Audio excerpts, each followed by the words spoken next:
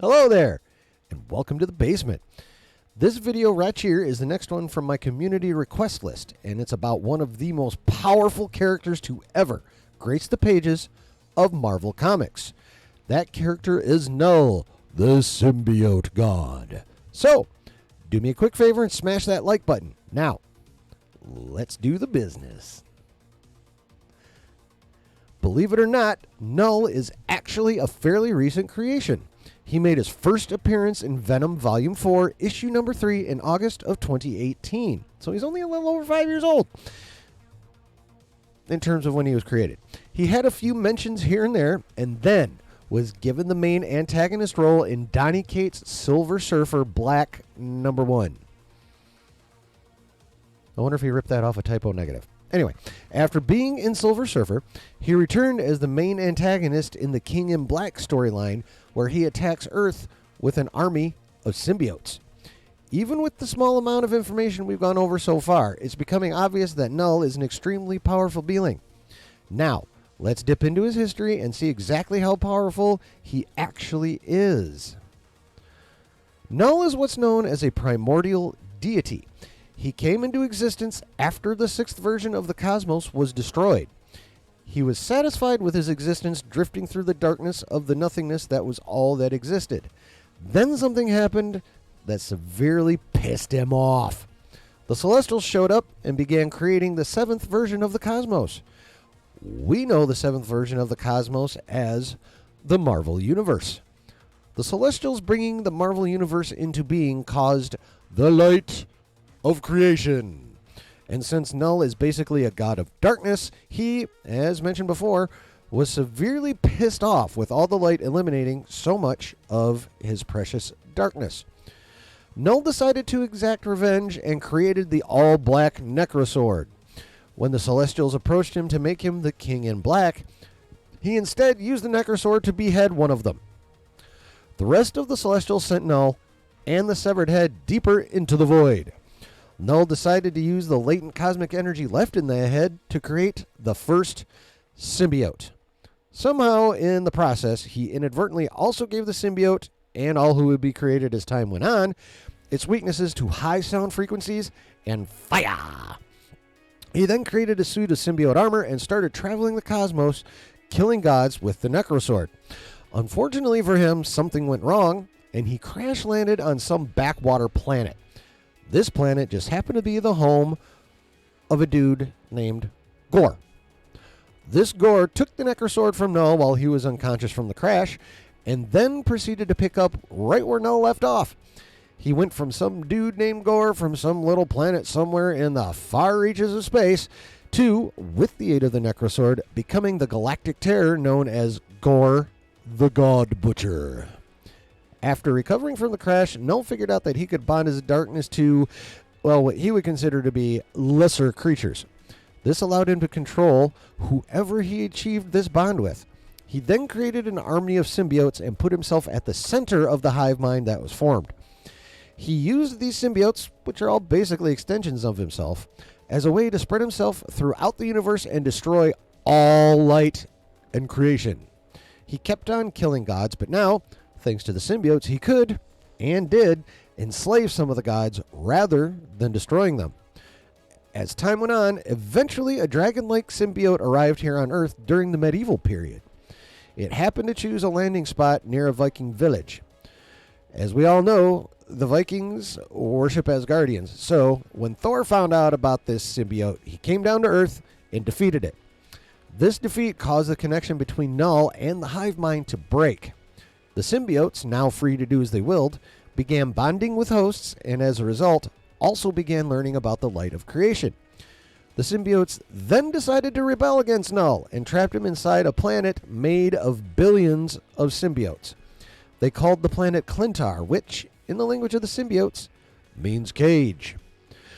Over 1,000 years later, S.H.I.E.L.D. found the body of the symbiote that Thor defeated and began bonding it to soldiers to try and help win the Vietnam War. This brought Knull back to a state of awareness, and he took control of those soldiers. The soldiers were eventually captured by Nick Fury and Logan, later to become known as the Wolverine, or Weapon X, or, any of his badass nicknames. All of the soldiers were captured except for one. It was a soldier named Rex, whose symbiote somehow managed to escape Knull's control. Closer to modern times, Eddie Brock, who had already bonded to Venom at this point, accidentally freed the dragon symbiote that was used to create the enhanced soldiers back during the Vietnam War. The symbiote had a battle with Venom and Spider-Man, which it won. It then headed out to try and find Rex so it could use him to free Knull from Clintar. Venom found Rex first, bonded with him, then used him to trap the dragon symbiote and Rex himself in a blast furnace. Given that we already know the symbiotes are extremely susceptible to fire, even though a blast furnace would make anyone susceptible to fire, this obviously killed them both. Now later, during the Absolute Carnage storyline, as Carnage grew more powerful, so did the bond between Knull and the symbiotes. Eventually, circumstances came about that caused Knull to become fully aware again. He was able to reassert his control over all the symbiotes in the universe.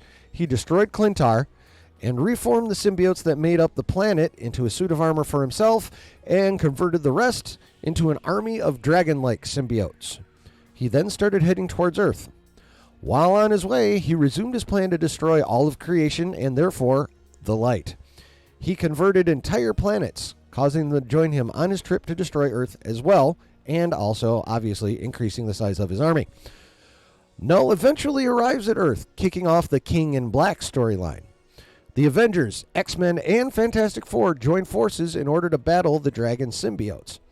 At one point, Sentry attacks Knull, but Knull breaks him, literally, and absorbs the void when it leaves Sentry's body. At this point, Knull commands his dragon symbiotes to form a complete sphere around the Earth, cutting it off from the sun. As the battle continues, Jean Grey uses her powers to temporarily immobilize Knull. She also sees into Knull's past and sees that the God of Light, also known as the Enigma Force, is the only thing that can stop him. She passes this information on before falling unconscious from the strain of battling Knull. The Silver Surfer finds where the Enigma Force is being held by symbiotes and frees it.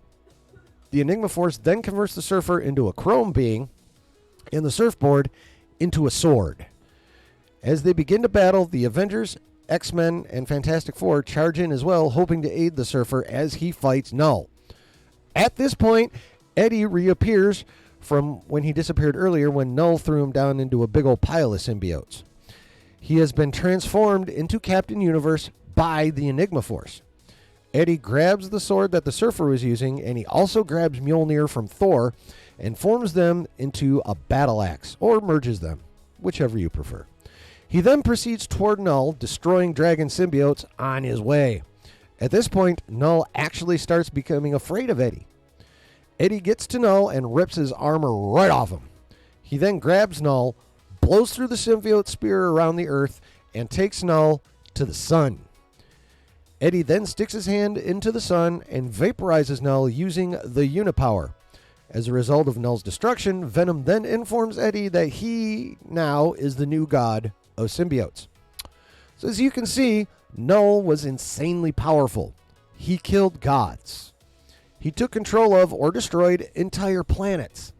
He could even infect and control Celestials with his symbiotes. Like, seriously? Fucking Celestials? Knull was freaky powerful, man. I mean, it took the Enigma Force combined with the Unipower to defeat him. Now, while they do exist, there aren't many levels of power above Knull's. And one last little tidbit. Knull got a lot of attention in Norway and Sweden after Marvel introduced him. This is because the word Knull in their languages is the noun form of the word fuck. So, if you're ever in either of those two countries and you notice that you're being referred to as Knull, they don't think you're a badass. It's not a compliment. You're being called a fuck. So, there you have it, folks. The condensed version of the story of Knull, God of Symbiotes. What'd you guys think of Knull? Is he dope?